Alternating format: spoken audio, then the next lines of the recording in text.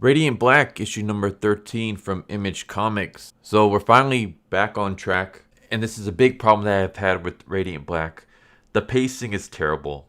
I'm not going to call out any names, but the editor really needs to rein in Kyle Higgins when it comes to the pacing, because the pacing is just terrible for the series in general. We get arcs that stop in the middle just so we can have throwaway origin stories, and then we go back to the main arc, and it disrupts the pacing. So for example, we had the story where Marshall and Radiant Pink, whose name I already forgot because that's how uninteresting her character is, where the two of them take out a teacher who was using a suit to rob banks and stuff so that she can pay off these people to keep her suit going, because she was using the suit as like therapy for her hands and stuff like that. And then the very next issue was an origin story flashback issue of Radiant Pink. And now we're back to this issue, which takes place after the issue with Marshall and Radiant Pink. So like the teacher and stuff like that gets referenced in this issue. So it bugs the crap out of me that arcs just get stopped right as they're starting, so we can have origin stories that could have been its own thing, its own mini-series. Anyways, this is 2 weeks ago. Nathan is coming out of the hospital, and we have, let's see, 1, 2, 3, 4, 5 pages of Nathan coming home and getting settled after being in the hospital for months. This could be drastically shortened down. We don't need these many pages to show him not even just getting reacquainted with this house, but literally he gets in the car, they take him inside, he goes to his room, he sees the little radiant robot thing. I don't know if they've given a name yet, but it says hello Nathan, and Nathan says nope, sorry, like he's not going to deal with any radiant stuff. And then he sees papers that basically his parents were paying his bills while he was in a coma, paying off his debt and stuff. And then him and his dad have a talk about that and how Nathan promises to pay him back once they get the chance and stuff. And then we cut to Marshall doing his thing. Some people have disagreed with me on this, but because I've talked about stuff like this in the past where we will literally have multiple pages for something that can be condensed in a couple of pages. We don't need 5 or 6 pages of this. We can make this shorter. This is another problem I have with the pacing, where the quote-unquote slice of life stuff is drastically dragged out, and then the actual action stuff is really cut up and really short. So yeah, we have like 5 or 6 pages of Nathan talking to his parents about getting pizza. Well, his parents are asking him if he wants pizza, and then him talking with his dad about the bills. That could have been cut drastically short. You could have used half the pages, if that. So again, maybe people disagree with me.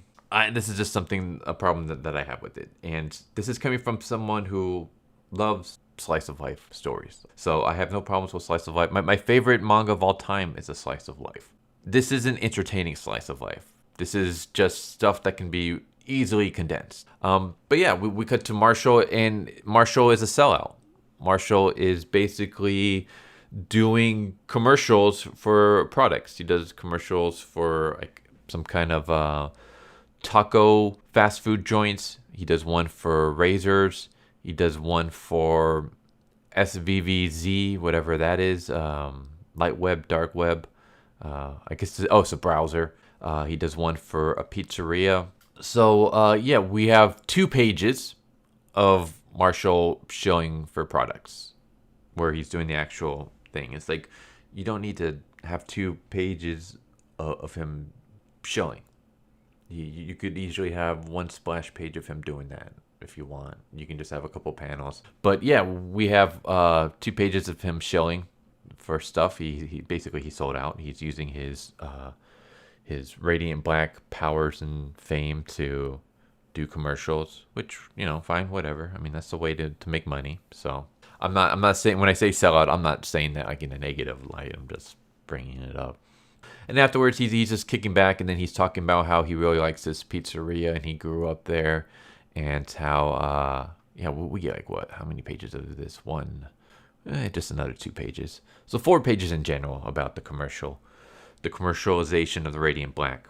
But at least it kind of goes somewhere. Like at the end, it's basically talking about how Marshall disappeared for 6 weeks, and the disappearance, no one knows about it, but we do because we read it. It was him going into the Radiant Verse, whatever it was called, to get Nathan back, to get Nathan out of his coma. But while that was going on, there have been people who have created suits that are powerized by the radiant energy. So basically, they're not radiants themselves, but they're able to. They use these like battery packs, and the batteries are charged by being near the radiant black holes, by being near other radiants. It basically charges up their battery and allows them to use power. So we have I want to say a group, but so far it's only 2 people in these suits. But I'm assuming there's going to be more.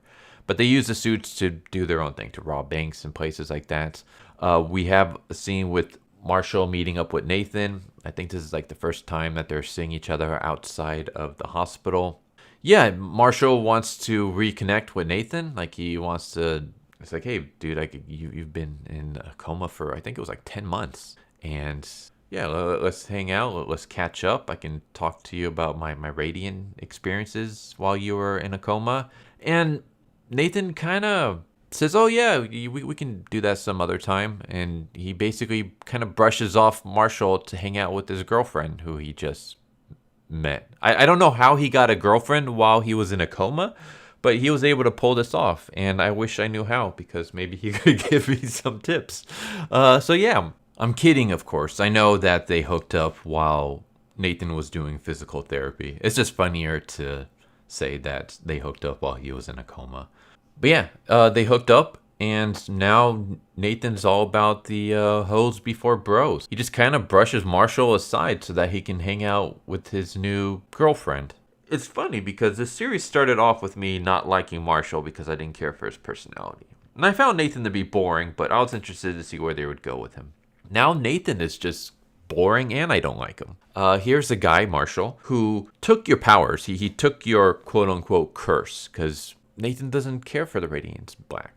He doesn't care about that lifestyle. Literally, earlier in this issue, when one of the Radiant machines wants to talk to him, he brushes him off. Like, no, I'm not about that anymore. So Marshall took that he took that responsibility from you. So you don't have to do it anymore. He literally went and risked his life for you. Not only did he go and visit you in the hospital every single day, while also being a superhero and also trying to work a job at the video rental place so he can pay the bills. But then he went and he risked his life. Like they literally told him that you would most likely die if you tried to save your friend. And he was like, all right, I don't care. Let's do it. Like, no hesitation. And now as soon as you're better, you're kind of brushing him off to hang out with some girl who I think this girl, like he dated her before and then they broke up and now they're back together again. So yeah, you're brushing off your best friend who risked his life to save you and bring you out of a coma, bring you out when everyone else had given up on you. His parents, for anyone who doesn't remember, the doctors thought he had no chance. His parents literally gave up on him and were going to pull the plug on him. And it was Marshall going into the Radiant Verse and doing what he did to get Nathan out of that coma. He's the one that saved his life. And Nathan is just kind of like, whatever, like, I'll talk to you when I talk to you, like whenever I can find time. It's like, dude, this is a dick. I'm not liking this Nathan character. He never really interested in me from the get-go, and now instead of just being boring, I see him as boring and an a-hole.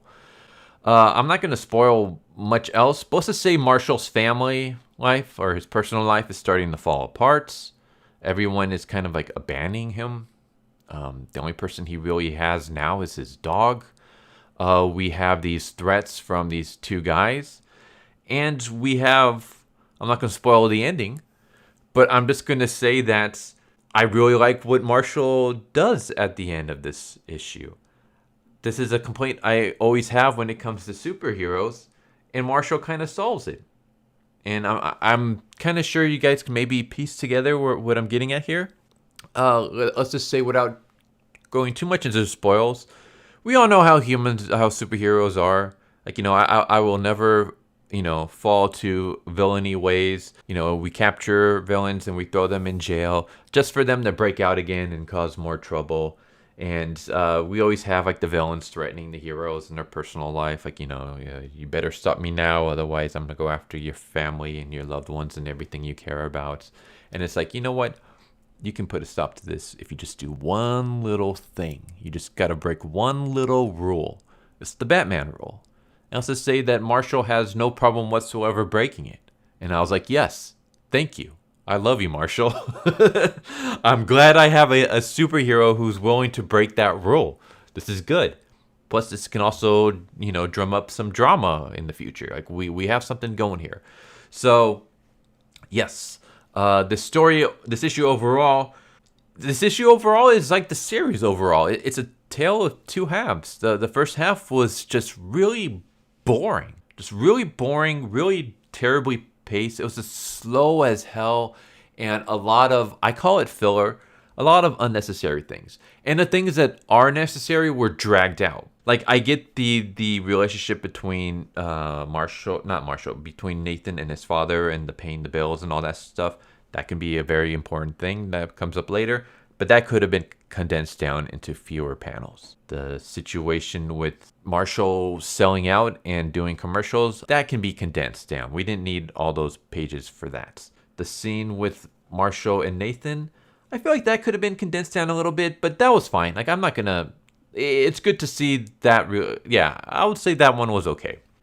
But basically, we don't get to like the really good meat of the story until halfway through this issue. Actually, maybe even a little bit more than halfway through, which is actually a shame because usually when it comes to my comic reviews, I usually kind of just talk about the first half a little bit and then I leave it at that, just because I don't want to spoil anything.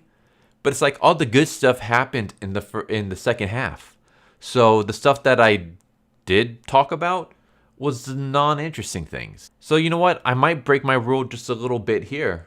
And just like I said, we get the cool stuff in the second half. We get the setups for the next villains. We get the one of the villains attacking places. He's attacking places that Marshall did commercials for. So basically, it's a call out. So I guess the commercials did come back in some way. But again, that the commercial stuff could have been condensed down. It didn't have to be that many pages. It could have been shorter. But yeah, this villain is attacking places Marshall has done commercials for. He's purposely doing that to call out Marshall. And then he calls out Marshall. And then we have a little bit of a talk. Not so much action. The action is super quick. Which, again, is just been my problem with this series. Is that the most interesting thing about Tokusatsu is the actual action. It's the fight scenes. Not to say that the character stuff isn't great, but that's like the weaker aspects. Well, it is for like the American stuff, like the actual original stuff, like Kamen Rider, the Sentai, Ultraman, Garu. The non-action stuff is actually really unique and stuff there. They do a lot more. I guess it's because here in America they use Tokusatsu more as like Saturday morning, kind of teaching children morals and stuff like that. Whereas in its original country in Japan, it's more of just a superhero story. But yeah, this series feels like it wants to focus more on the slice of life aspect and not so much on the action. I'm not saying that's the case, but that's what it feels like. Just because they give way more attention to the boring, mundane life stuff than they do with the actual action stuff. The action in this issue is really quick. The action in previous issues have been really quick. It's like almost the entire thing is just, it feels like a slice of life, a little bit of a setup with the villain, and then the villain thing gets paid off real quickly, and then on to the next story. So I kind of wish they kind of changed that a bit. Just because, again, the slice of life stuff, it wouldn't be as bad if it was really interesting slice of life, but it's not. And again, this is coming from someone who, my favorite manga of all time is Yotsuba.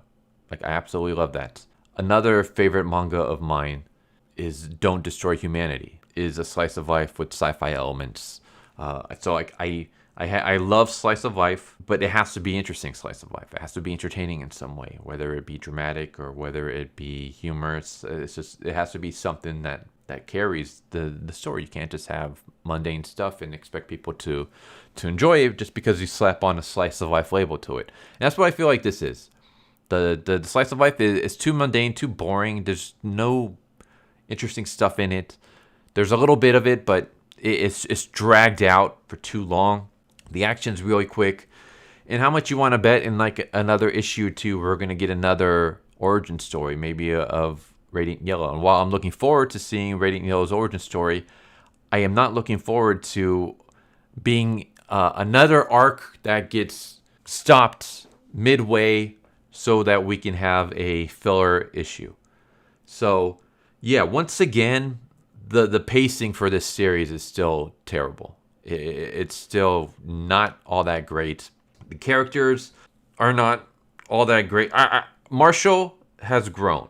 Like, in terms of Marshall started off as a character I hated, and now he's a character that I actually like. And so far, he's the only character I really like. I guess maybe Radiant Yellow, but that's because we know nothing about him. And I'm fearful that once I do know more about him, I'm going to hate him. Because that's what happened with Radiant Pink. I mean, Radiant Red, I already kind of didn't care for her from the get-go. But then again, you started her off in a negative light. And then when he gave us her origin story, it was already too... It wasn't done well enough for me to feel sympathy for her. In fact, I just kind of hated her more. And then Radiant Pink, I started off like, oh, okay, she's kind of interesting. Like, I don't have any negative stuff about her so far. I didn't care for her being a streamer, but whatever. I can go with this. It's like I didn't care for her being a streamer just because I felt like that was just kind of cheesy and overdone in today's modern day comics. Like all the new young hip superheroes have to be streamers or YouTubers or whatever. So I was like, okay, whatever. But then the more I learned about her and her origin story, the more I didn't care about her. Like the more I learn about these characters, the less interesting they are, and the more I'm just starting to hate them. And that's how now Nathan has become. Nathan has become a character that was boring, but I didn't hate him. I just found him kind of boring, and I was hoping that they would do something to change him up. Now I don't like him at all. He went from boring to boring and unlikable. And yeah, so far Marshall is the only character that is doing it for me in this story, in this series. He's carrying this series on his back. If it wasn't for Marshall, I probably would have dropped this series. It's just there's nothing here that's I don't know. Is it just me? Like I said, I started off finding issues with the series, but feeling it had premise. It had potential. And then it hit its potential, and I was really enjoying it. And then it started throwing in these origin stories, and it started start stop when it comes to the plots. Like it's just arcs would start, they would stop, so we can have some filler issue, cut back to the arc, maybe finish it, start a new one, stop it, so that we can have another filler issue started again.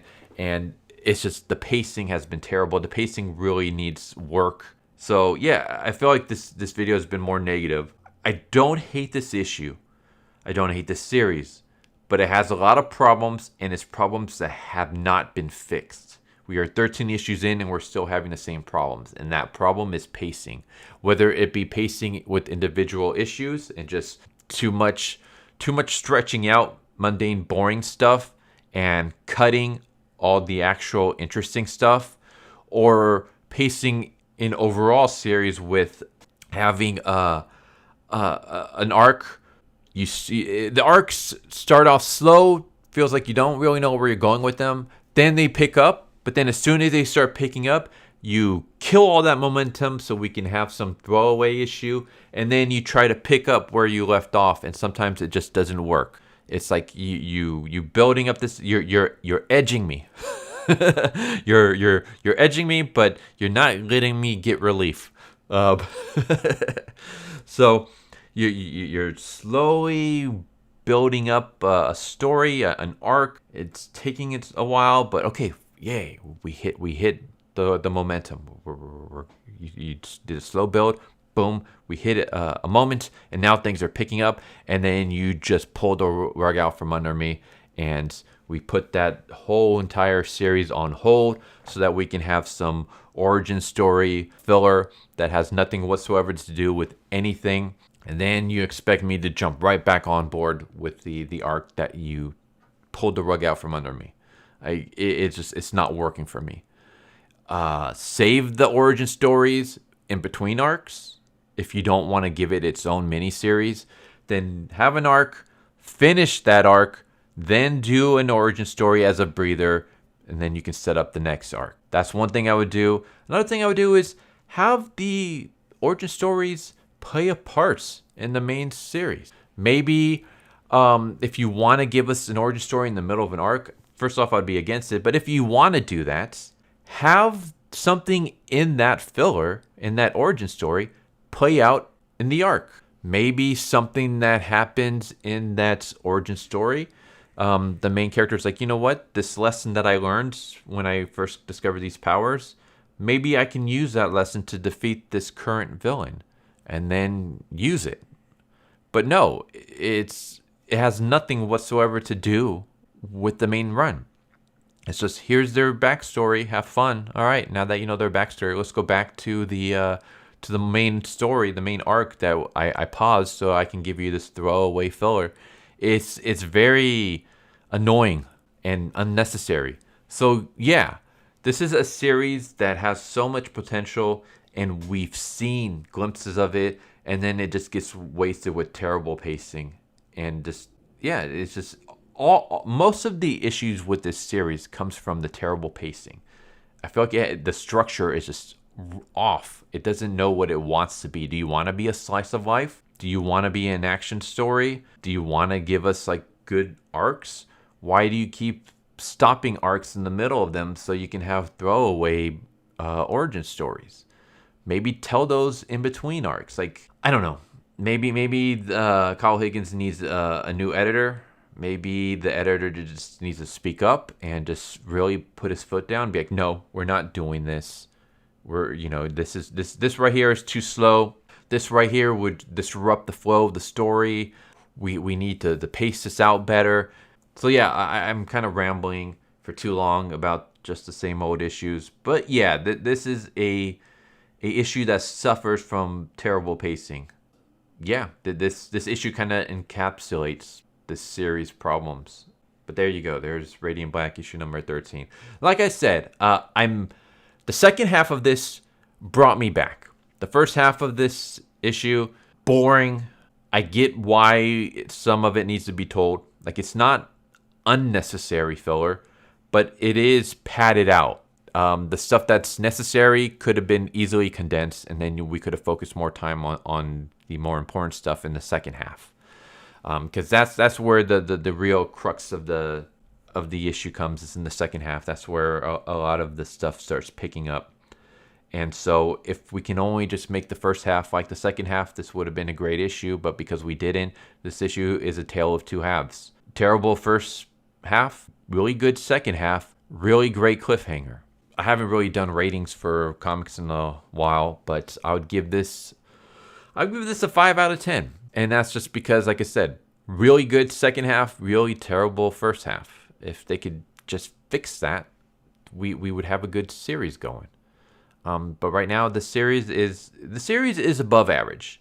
It's a good series with sometimes great issues, and it's just hampered by just terrible pacing, too much what I call filler. Maybe there's a better word I can use, but it's just too much unnecessary baggage that doesn't need to be used, and things drawn out for too long.